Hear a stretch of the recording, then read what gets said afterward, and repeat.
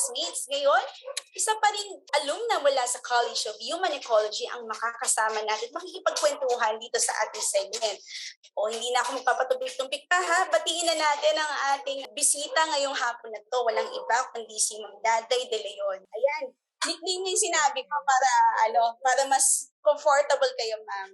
Ayan, saka mas casual ang conversation natin. Yes, ma'am. Batiin niyo po muna ang ating mga tagapanood. Magandang araw sa inyong lahat, lalo na sa lahat ng nakikinig at nagsusubaybay dito.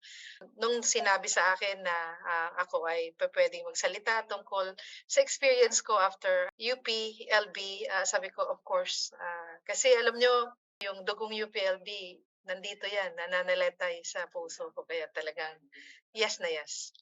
Thanks for inviting me here. Maraming salamat din po, ma'am. Ayan, hindi na ako magpapatumpik-tumpik, ma'am, ha? Ano po ba yung naging advantage sa inyong career building na nakapag-aral kayo dito sa UPLB, College of Human Ecology? Marami actually. So, nung pagkatapos kong mag-graduate, originally iniisip ko, siguro dapat sa human settlements kami kasi I had my major in human settlements. And during the time, that was still during the time of Marcos, meron yung parang Ministry of Human Settlements. I thought that was the one.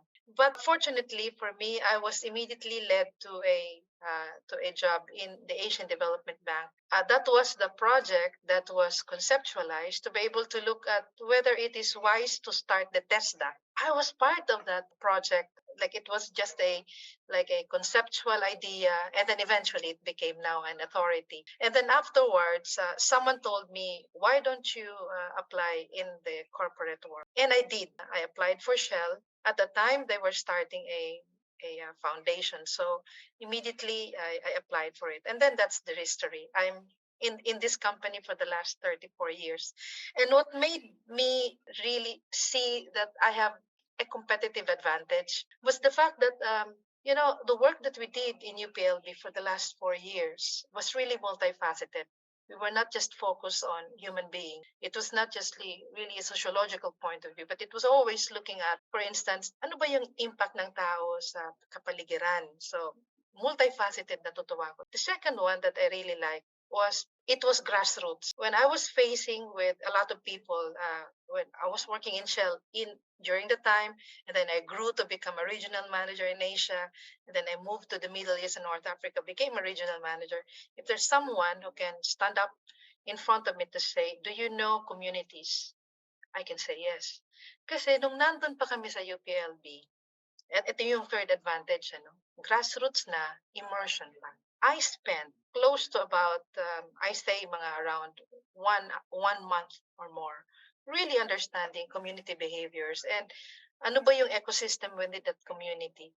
Alam mo kung ang College of Human Ecology set me the right fundamentals to understand my craft.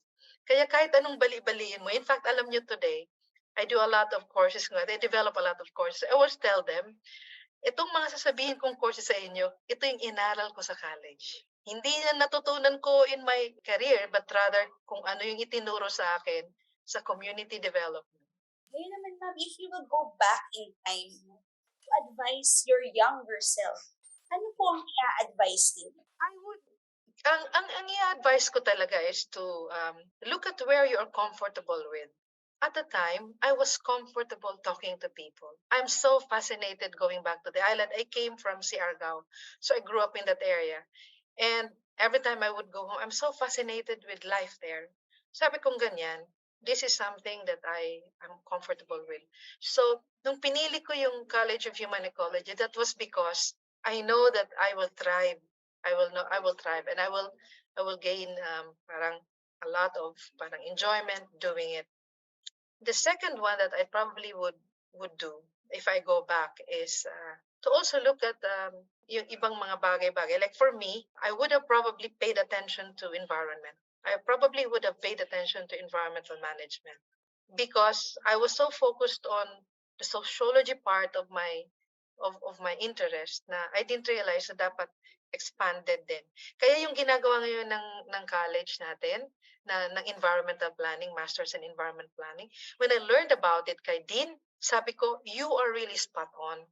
Kasi you cannot isolate the human being dun sa kanyang environment, and it requires that. Kaya I think we are in the right track sa ganun. And I'm just so happy na meron. Kasi during the time, yung College of Human Ecology was still really quite new. And few people actually learned about it. Others were even saying, it is a course, it's not quota course, kaya pwedeng kumuha ka doon. Beg to disagree, I mean, I'm leading a very successful career in the oil and gas industry, not as an engineer, not as a technical or commercial person, but as a sociologist and a human ecologist, and I'm thriving. And with that, ma'am, ano nga po ba, saan nga po ba kayo ngayon nagtatrabaho? Ano nga po yung ginagawa niyo po ngayon?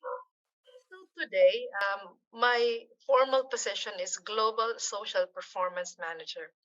I am working in Shell, and I'm based here in The Hague, which is the headquarters of Shell companies all over the world.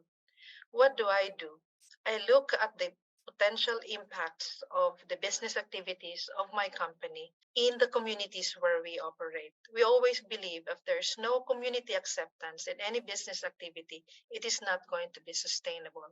So I would say that my work is really contributing to the social sustainability. But you see, when I started in this company, we were only a few, and you are up against the technical people, the commercial people, all the engineers in the world. When you want to raise your hand to say, you know what, before you build a pipeline, before you even do this plant or do the drilling, you must understand that there are people living there and they need to really know that we are coming in there. We need to have some baseline. We need to be able to know what they're concerned about, etc. You have to fight your way because there are a lot of different voices that a business activity have to look into. Is it going to be viable? Will it make money? Is it going to be commercially sustainable, etc.? The other thing that they have to answer is that is it going to be socially accepted, and who are they going to actually listen to? It's the people who are understanding communities. Kaya I don't see my job in Shell as just a simple job. It's for me, it's a crusade. It's like what I learned from UPLB and what I learned from human ecology, which is to make sure that the human being is attuned to the ecological system niya should be sustainable. Yun din yung mission ko. It has become my mission actually to do that. And it's not easy, no? I went to Iraq. I discovered that there is a group of schools that are sitting on top of our pipeline. We were helping them to be relocated. I was in China. There were a lot of people who were looking into how they are going to be impacted if their sunflower fields will be turned into a drilling area. So we just have to find out how can we actually make it either minimized, diverted, and really listen to community concerns. These days, it is now a big issue. Kaya human ecologist, I would say, do not just look at the professions of the development work, go to the government agencies, present yourselves to the business because they need us. They really need us. Ngayon naman ma'am, para naman po sa ating mga magtatapos, kasi tapos na po ang semestre dito sa UPLB, lalo na po sa ating mga graduates na Human Eco, ano po ba yung mensahe niyo po sa kanila, especially about their career path? The first thing that you should know is kasi yung human ecology as a course, it has different fields. Discover where your passion is. Are you passionate in education? Are you passionate in food and security? Are you passionate in environment? Or the actual human being, the social impact, etc. Think about it. When you are going to look for careers, expand your horizons beyond just schools, just being in schools or development agencies like World Bank, etc. Look further. Ako, what I did was I looked further.